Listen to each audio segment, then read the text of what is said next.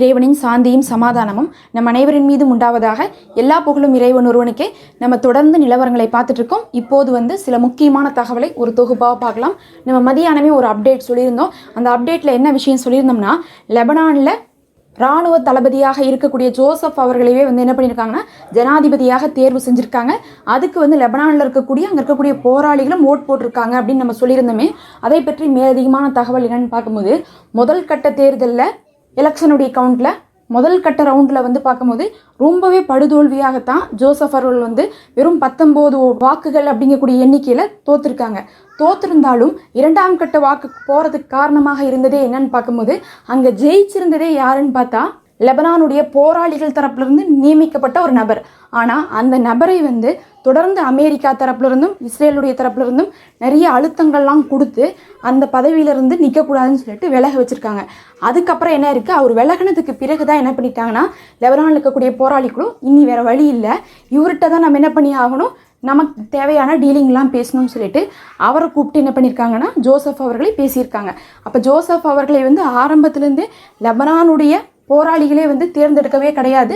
அவர்கள் வேற ஒரு நபரை தான் செலக்ட் பண்ணி வச்சுருந்தாங்க.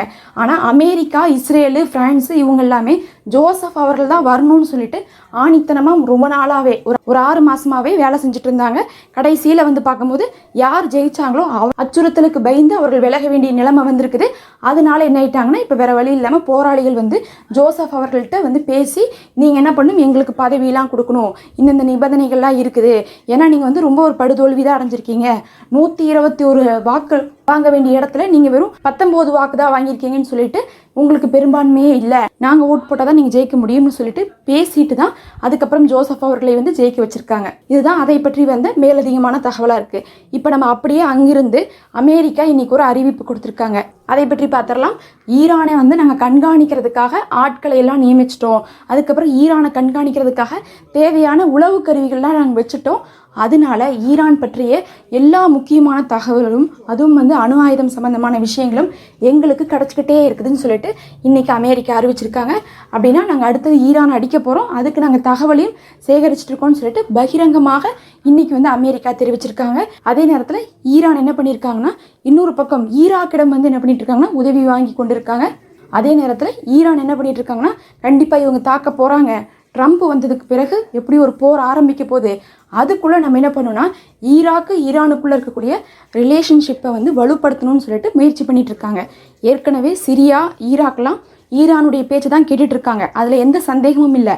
ஆனால் எப்போ சிரியாக்குள்ளே ஆட்சி மாற்றம் வந்துச்சோ அதுக்கப்புறம் சிரியாவில் இருக்கக்கூடிய கிளர்ச்சியாளர்கள் ஈராக்குள்ளே நுழைந்து அங்கேயும் ஆட்சி மாற்றத்தை கொண்டு வரதுக்கான முயற்சிகள் பண்ணிட்டு இருக்காங்க. அதனால என்ன பண்ணியிருந்தாங்கன்னா, பெரிய அகழிகள்லாம் வெட்டி போட்டிருந்தாங்க. அதாவது ஈராக்குடைய பார்டருக்கும் சிரியாவுடைய பார்டருக்கும் நடுவில். இப்போ என்ன பண்ணிட்டாங்கன்னா, ஈராக்குடைய பார்டரையும் சிரியாவுடைய பார்டரையும் அந்த நடுவில் இருக்கக்கூடிய கேட்டை க்ளோஸ் பண்ணி வச்சுட்டாங்க.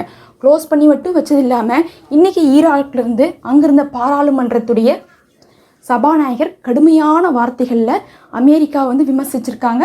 உனக்கு என்ன தைரியம் இருந்தால் நீங்கள் எங்களுடைய நாட்டுக்குள்ளேயே எங்கள் மக்களுக்கு எதிராக இந்த மாதிரியான தீவிரவாத தாக்குதலை செய்வதற்கான முயற்சியெல்லாம் பண்ணிட்டு இருப்ப, உன்னை நான் சும்மா விட மாட்டேன், அதெல்லாம் உன்னுடைய பகல் கனவெல்லாம் இங்கே பலிக்காது அப்படிங்கிற அளவுக்கு ரொம்ப ஒரு கடுமையான வார்த்தையில் அமெரிக்காவை இன்னைக்கு ஈராக்குடைய பாராளுமன்றத்திலேருந்து பேசியிருக்காங்க.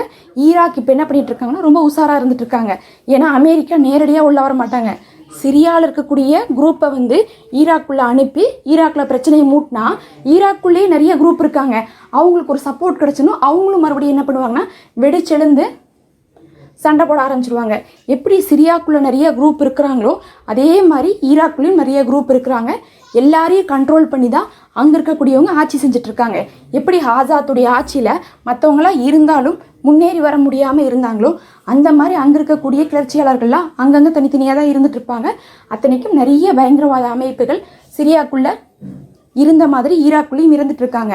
அதனால அவங்களெல்லாம் தூண்டி விடுறதுக்காகவே இப்போ சிரியாவிலிருந்து ஈராக்குக்கு ஏதாவது ஒரு முயற்சியை அமெரிக்கா பண்ணிட்டு இருக்காங்க.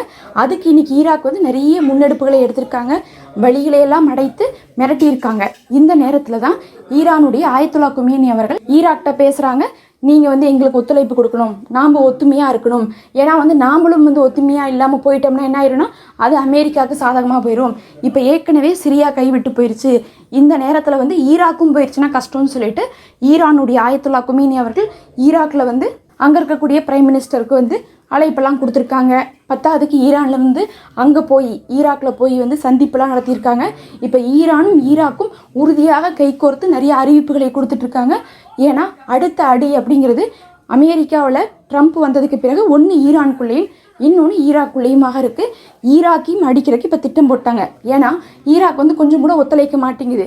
சிரியா மாதிரி வந்து நம்ம பண்ண முடியாது. சிரியாவை என்ன பண்ணாங்க, குரூப் வச்சே வந்து கைப்பிடிச்சிட்டாங்க. அதுக்கு வந்து பெரிய போரெல்லாம் பண்ணல, சும்மா சண்டையே இல்லாமல் உள்ளக்குள்ளேயே ஆள் அமுச்சு விட்டு பண்ணிட்டாங்க. அந்த மாதிரி ஈராக்கை பண்ணலான்னு நினச்சாங்க, பண்ண முடியாதனால இப்போ ஈராக்கையும் தாக்கணும், அதே மாதிரி ஈரானையும் தாக்கணும்னு சொல்லிட்டு அமெரிக்கா முயற்சி பண்ணிட்டு இருக்காங்க. அதுக்கான ரகசிய திட்டங்கள்லாம் நிறைய போய்கொண்டு இருக்குதுன்னு சொல்லிட்டு சொல்லப்பட்டுட்டே இருக்குது. இது இல்லாமல் பார்க்கும்போது அமெரிக்காலேயே ஏற்கனவே இப்போ லாஸ் ஏஞ்சல்ஸில் வந்து பார்க்கும்போது தீ விபத்து, காட்டு தீ விபத்து ஏற்பட்டு அங்கே கொஞ்சம் வந்து அங்கே 13,000 வீடுகள்லாம் இழந்து 3,000க்கும் மேற்பட்ட தொழில் கூடங்கள்லாம் எரிந்திருக்கு.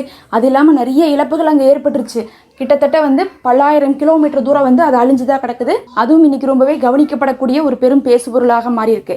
அப்படியே நம்ம இதையெல்லாம் விட்டுட்டு நம்ம காசாக்குள்ளே போயிட்டோம்னா, காசாவில் இருக்கக்கூடிய போராளிகள் இன்னைக்கு வந்து பார்க்கும்போது D9 புல்டோசர் ஒன்று தாக்கியிருக்காங்க. அது இல்லாமல் 4 மெர்கவாக்களை ரஃபாவுடைய பகுதியில் வைத்து தாக்கியிருக்காங்க. ஒரு வீட்டுக்குள்ளே இருந்த இஸ்ரேல் இராணுவத்தை சேர்ந்த ஒரு குரூப்பவே அழிச்சிருக்காங்க. ஆயுதம் கொண்டு போன ஒரு வாகனத்தை குறிவைத்து மோட்டார் குண்டு தாக்குதல் பண்ணியிருக்காங்க.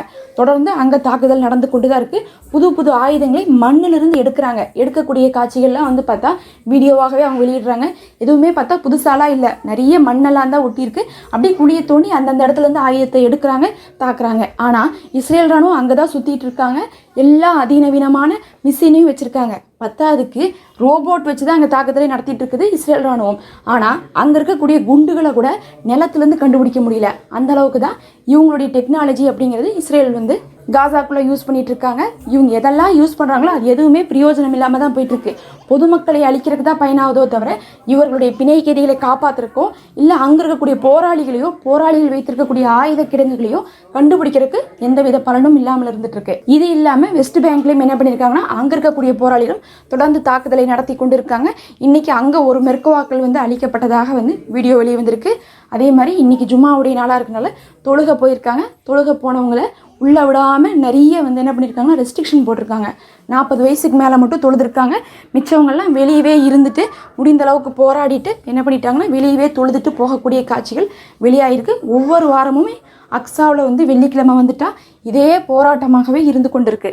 இதெல்லாம் தான் இப்போ வந்த முக்கியமான விஷயங்கள். நம்ம அடுத்த ஒரு காணொளியில் சந்திப்போம். தொடர்ந்து இணைந்திருங்கள்.